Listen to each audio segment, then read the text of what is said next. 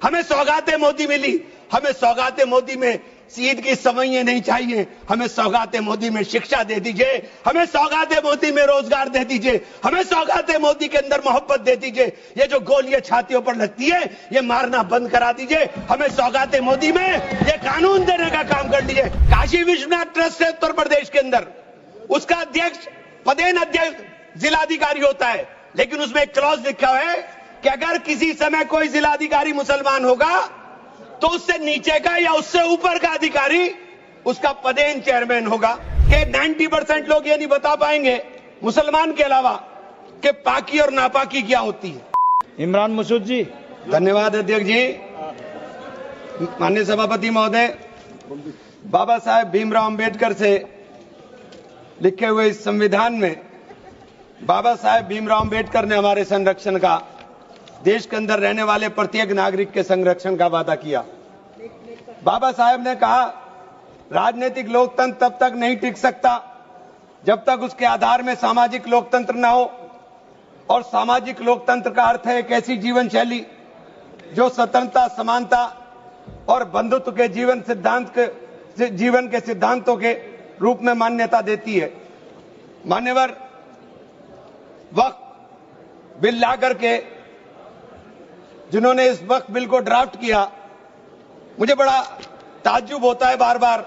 वक्फ के बारे में आपको जानकारी, वक्फ है क्या? वक्फ एक फरीजा है हर मुसलमान के लिए, जो जिसकी जो हैसियत है वो अपनी हैसियत के हिसाब से अपनी प्रॉपर्टी को या किसी भी चीज को अल्लाह की राह में वक्फ करता है। और इस वक्फ के जो ड्राफ्ट करने वाले लोग थे, जो उन्होंने बिल ड्राफ्ट किया था, उनमें मैक्सिमम लोग वो थे जिनको वक्फ के बारे में जानकारी नहीं थी। और मैं एक बात बहुत दावे के साथ कहता हूं कि 90% लोग ये नहीं बता पाएंगे मुसलमान के अलावा कि पाकी और नापाकी क्या होती है, तो आप वक्फ को क्या जानेंगे? ये जो बार बार कह रहे हैं कि मुस्लिम में सदस्य, गैर मुस्लिम सदस्य शामिल होने चाहिए, नहीं होने चाहिए, वक्फ को मुसलमान समझता है, जानता है, इसकी जो जरूरत है उसको पहचानता है, इसलिए इस बात को कहा जा रहा है। वरना सारा प्रबंधन जो वक्फ बोर्ड का है वो तो सरकारों के ही हाथ में है। लेकिन इसमें जो सबसे बड़ी बात है कि बार बार ये शोर मच रहा है, जेडीयू भी कहती है, टीडीपी भी कहती है और सहयोगी दल भी कहते हैं कि हमने वक्फ बाय यूजर को खत्म कराने का काम कर दिया। माननीय अध्यक्ष जी, मैं इसकी धारा 3R1 को, जिसके अंदर वक्फ बाय यूजर था, उसको हटा दिया गया और क्या शामिल किया गया, मैं ये पढ़ करके बता रहा हूं। ये बिल है, इसके अंदर लिखा है, परंतु वक्फ संशोधन अधिनियम 2025 के प्रारंभ पर या उसके पूर्व उपयोगकर्ता द्वारा वक्फ के रूप में रजिस्ट्रीकृत संपत्तियों को उपयोगकर्ता द्वारा विद्यमान वक्फ इसके वक्फ संपत्ति के रूप में बना रहेगा, सिवाय, बस आगे आ गया काम, सिवाय संपत्ति पूर्णतः या भागतः विवादाग्रस्त है या कोई सरकारी संपत्ति है। माननीय सभापति महोदय, 2005-6 में विभिन्न राज्य के बोर्डों द्वारा सच्चर कमेटी के समक्ष यह कहा गया, दिल्ली में 316, राजस्थान में 60, कर्नाटक में 42, मध्य प्रदेश में 53, उत्तर प्रदेश में 60, उड़ीसा में 53 ऐसी प्रॉपर्टी हैं जिनके ऊपर सरकार के कब्जा किया हुआ है। इसके बाद जब ये लागू हो जाएगा तो इसके ऊपर से वक्फ का अधिकार खत्म हो जाएगा। दूसरी चीज मैं कहना चाह रहा था, जब आपने सिवाय संपूर्ण और पूर्णतः लिखा और या भागतः लिखा, तो आपने पूरी तैयारी कर करके लिखा। उत्तर प्रदेश इसका सबसे बड़ा उदाहरण है। उत्तर प्रदेश में 11,400 हेक्टेयर लैंड वक्फ की, 14,000 हेक्टेयर में से 14,500 में से 11,500 हेक्टेयर लैंड को सरकारी घोषित कर दिया गया है। 78% लैंड को सरकारी बता दिया गया है। और सरकारी लैंड कौन सी है? उसमें इमामबाड़ा है, उसमें प्राचीन मस्जिदें हैं, उसमें 500-500 साल के पुराने कब्रिस्तान हैं, उसमें ईदगाहें हैं, गांव गांव के अंदर बनी हुई मसाजिद हैं और आप कह रहे हैं कि आपने वक्फ बाय यूजर खत्म करा दिया। ये इतना बड़ा हथियार दे दिया कि आप जाइए लड़ते रहिए। इसके साथ ही इन्होंने कहा कि साहब अब जब कोई विवाद पैदा होगा तो उस विवाद की स्थिति में डेजिग्नेटेड ऑफिसर उसको सुनने का काम करेगा और वो तय करने का काम करेगा कि ये प्रॉपर्टी किसकी है। लेकिन वो तय कब करेगा इसकी कोई समय सीमा नहीं, और जब तक वो तय नहीं करेगा वो प्रॉपर्टी का मालिक सरकार रहने का काम करेगी। तो 11,500 हेक्टेयर लैंड तो उत्तर प्रदेश के अंदर, और कर्नाटक का विवाद सबके सामने है। बड़ा शोर मचा था कर्नाटक में, मैं गया कर्नाटक के अंदर क्या मान्यवर 1,12,000 एकड़ लैंड वक्फ बोर्ड की थी, जिसके अंदर से 71,000 एकड़ लैंड का अलॉटमेंट सरकार ने कर दिया और 19,000 और 20,000 के बीच में वहां के जो दरगाहों के या मुतवल्ली थे उन्होंने अपने परिवारों में बांट लिया। तो ये जो हंगामा बचा, 1999 में एक आदेश आ गया वक्फ ऑलवेज वक्फ, तो ये पुराना आदेश नल एंड वाइड हो गया। सरकारें भाजपा की भी रही, कांग्रेस की भी रही, दोनों सरकारों ने नोटिस इश्यू किए। मैं उन नोटिस की कॉपी भी लेकर आया था।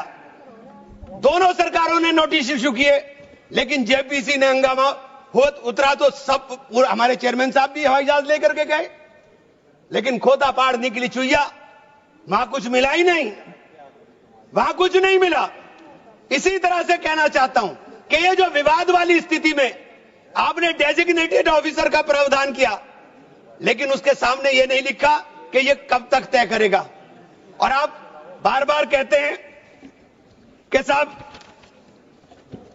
ये जो इसका संरचना होगी, इसकी 22 मेंबर वक्फ काउंसिल में होंगे, उसके अंदर 22 मेंबर में 10 मेंबर मुसलमान होंगे, सही है, 2 महिलाएं होंगी, सही है, लेकिन 12 मेंबर उसके अंदर नॉन मुस्लिम हो जाएंगे। वक्फ बोर्ड के अंदर पूरा का पूरा बहुमत गैर मुस्लिम भाइयों का हो जाएगा। मुझे इससे मतलब नहीं, क्योंकि मैंने अभी कहा कि भाई आप दूसरे जो ट्रस्ट हैं या जो दूसरे धर्म के ट्रस्ट हैं उनके अंदर क्या आप दूसरे धर्म के लोगों को शामिल करने की अनुमति देंगे? नहीं है।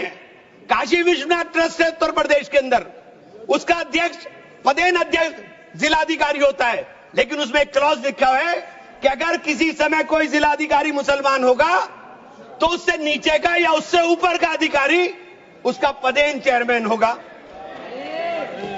आप मुसलमान के ऊपर यह शर्त लागू करते हैं, आप मुसलमान के ऊपर यह शर्त लागू करते हैं कि इसके ऊपर लिमिटेशन एक्ट विधेयक के खंड 40A की धारा 107 जो वक्फ संपत्तियों की समय सीमा को अधीन करता था, लिमिटेशन एक्ट लागू करता था, आपने हटा करके 108 और इससे 41 में 108 और 108A को हटा दिया।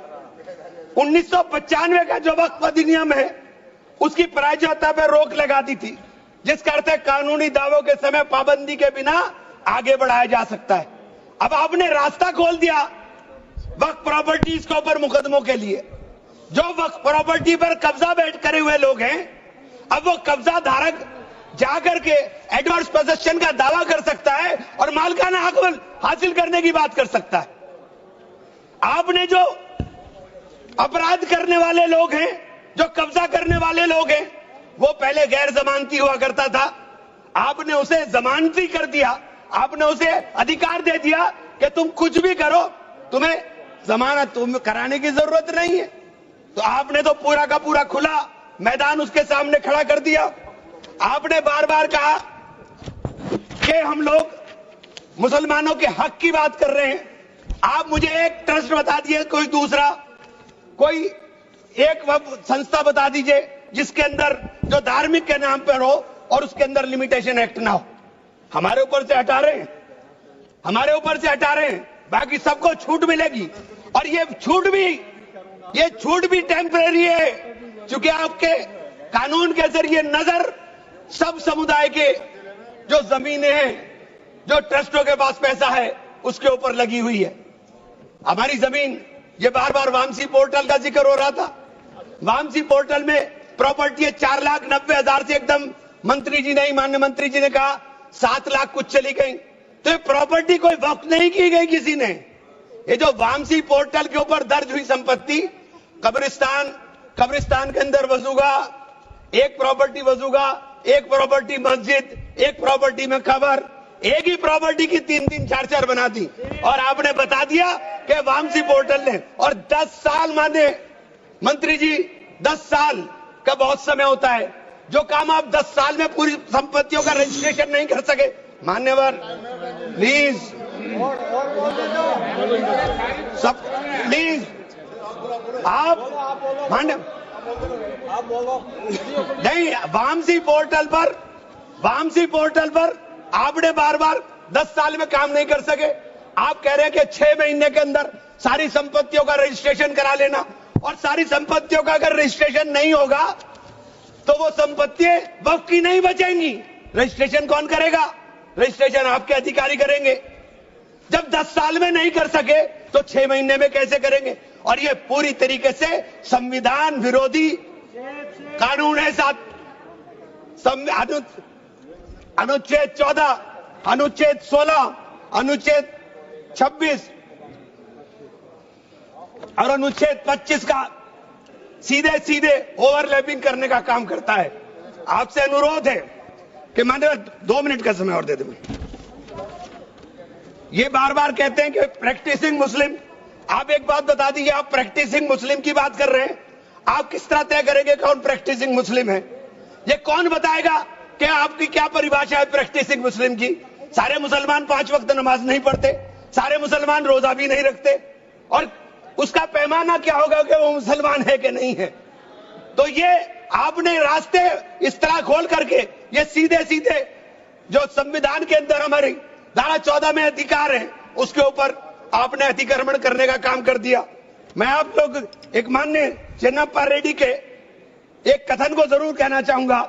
हमारी परंपरा में सहिष्णुता सिखाती है, हमारा संविधान, ये संविधान हमें सहिष्णुता का अभ्यास कराता है। हमें इसे कमजोर नहीं करना चाहिए, यही संरक्षण दे रहा है हमें। ये बाबा साहब के सपनों का संविधान है कि उन्होंने देश के अंदर रहने वाले प्रत्येक नागरिक को, जो गरीब से गरीब नागरिक है, उसको वो अधिकार दिया जो सामने बैठे हुए हमारे प्रधानमंत्री को होगा, वो ये अधिकार बाहर सड़क पर बैठे हुए एक मजदूर को होने का काम होगा। ये बाबा साहब का संविधान है। मान्यवर, इसे कमजोर करने का काम मैं आप हाथ जोड़कर विनती करता हूं। अभी हमें सौगाते मोदी मिली, 1 सेकंड, हमें सौगाते मोदी मिली। हमें सौगाते मोदी में ईद की सवैयां नहीं चाहिए, हमें सौगाते मोदी में शिक्षा दे दीजिए, हमें सौगाते मोदी में रोजगार दे दीजिए, हमें सौगाते मोदी के अंदर मोहब्बत दे दीजिए। ये जो गोलियां छातियों पर लगती है, ये मारना बंद करा दीजिए। हमें सौगाते मोदी में ये कानून देने का काम कर लीजिए। बहुत बहुत धन्यवाद मान्यवर।